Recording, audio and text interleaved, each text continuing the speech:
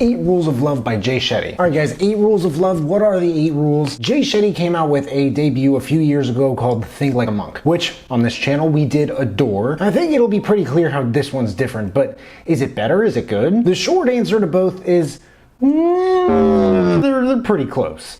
But yeah, it's incredible. I mean, bro, this is Jay Shetty. I'm sure that we've come to expect Shedder of him, right?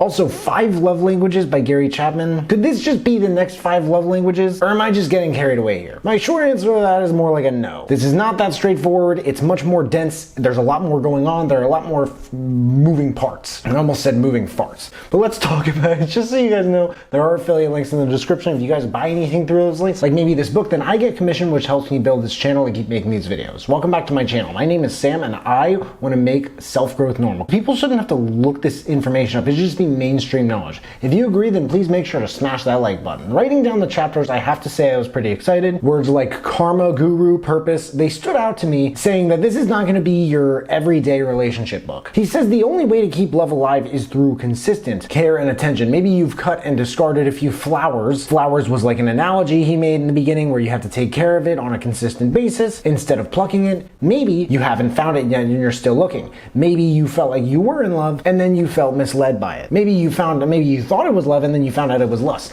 Maybe we fear commitment, or we choose people who do. Or maybe we set our standards too high and we don't give people a chance. Jay Shetty says that instead of this, he wants you to experience the expansive love that you hope exists. A lecturer at Harvard found 14 basic kinds of love. The ancient Greeks, they said that there were 7. In the Dharma language, there are more than 50 words for various kinds and nuances of love. This book is based on the guidance of Vedas, which is an incredibly large body of Hindu texts, many of which were analyzed and broken down and re-examined in Think Like a Monk beautifully at that. But 8 Rules of Love, it is based on the guidance of Vedas, stories from his clients, his travels, what he learned, and what he learned from his fellow monks. Let's not forget, this dude was a straight up monk at some point. He spent 3 years with monks as, you know, living that hashtag monk life. But since then, Shetty has come to love where ancient wisdom and modern science meet. These ideas are both explored in the book. In the introduction, he even told the story of his own engagement, which was badass, but it didn't end the way I thought it would. Like his reflection on it. I don't know, horse in a carriage? Seriously, Jay, that's doing it big, bro. But he said that all his ideas came from viral proposal videos, fairy tales, and Disney movies. Like, rule number 1 is let yourself be alone. Nobody wants to be lonely, guys. A lot of people would rather be in an unhealthy relationship than be single. And he said that the fear of loneliness hurts our ability to make good decisions in our relationships. You're recommended to do in this chapter a solo audit. Auditing what you do in your alone time awake.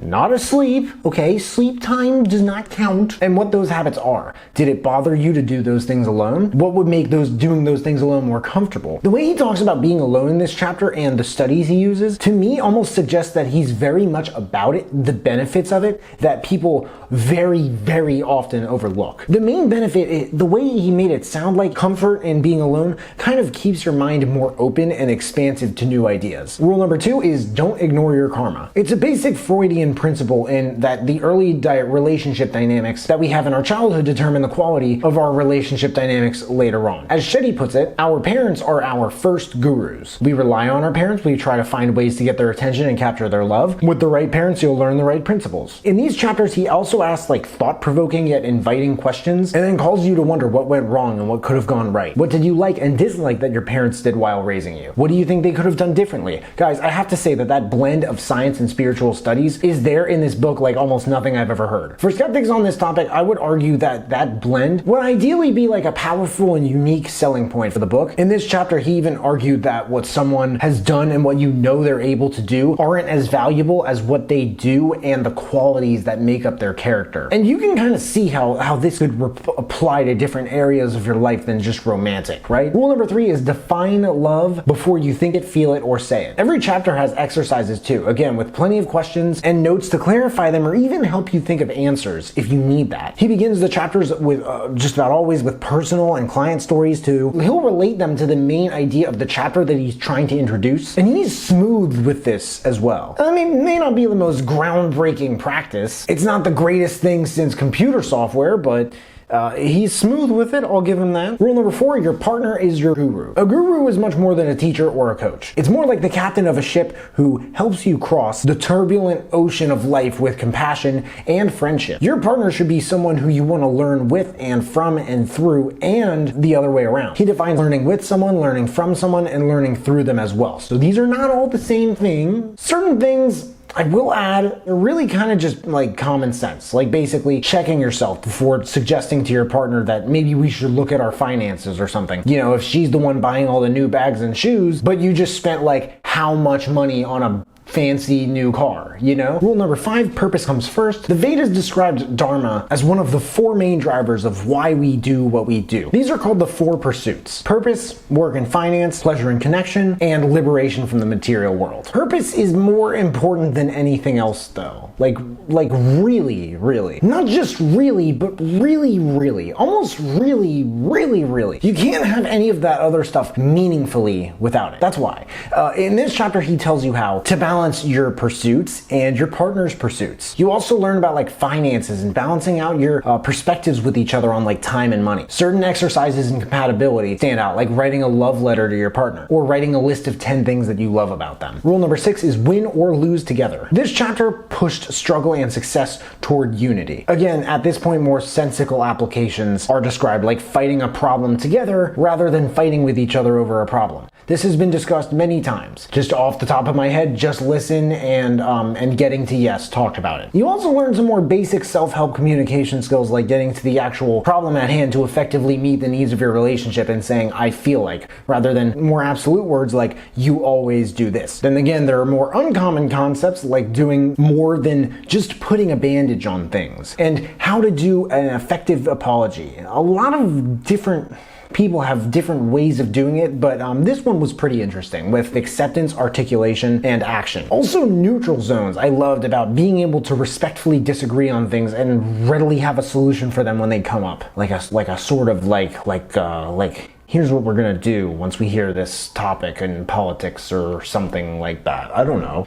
Rule number 7, you do not break in a breakup. There are some strange and unique perspectives and insights and studies here on breakups and cheating. Some things I learned, apparently sometimes when you cheat on someone, you'll end up married to the person you cheated on them with. Other times, chances are that person might cheat on you or leave you for the same reason. And lastly, rule 8 is love again and again. This chapter, I really didn't get all that much out of it, but the one thing about love in the workplace, and I'm not talking about love romantically, but love like what kind of role it plays in our workplaces and how to sort of amplify it in a work-related setting. I found that illuminating and refreshing at the same time. But I have to admit, my expectations overall were pretty high for 8 Rules of Love. Nonetheless, Shetty shattered them. I guess that means he shattered them. To say I was impressed, it would really just be an understatement. This is a very all-encompassing book that fuses new practice with new science inspired by a foundation of old principles, but I think the most helpful thing if you buy it would be the exercises in each chapter. To me, I found it definitely one for the books, like probably maybe top 5 of this year type quality. When you like a flower, you pluck it. When you love a flower, you water it daily. Solitude isn't a failure of love, it's the beginning of love. Karma will bring you the same lesson through a different person again and again until you change. Abilities and achievements don't matter as much as qualities and actions. We've been together since all I had to offer her was myself, and that seemed to be enough. One of the secrets to a good relationship is being attracted to someone out of choice rather than out of need. Love does not consist of gazing at each other, but of looking outward together in the same direction. While talking about the relationship with his wife, I try to offer suggestions that match her rhythm. There's always something to struggle over, but don't allow it to become your entire reality. Dreams don't have to be big, they just have to be yours. Pettiness scratches into cracks. Half of employees would switch jobs just to feel more appreciated. Direction 1. Anyone who needs to get their actual love life, I think should check this book out. I think it would help someone out who's getting back in the market.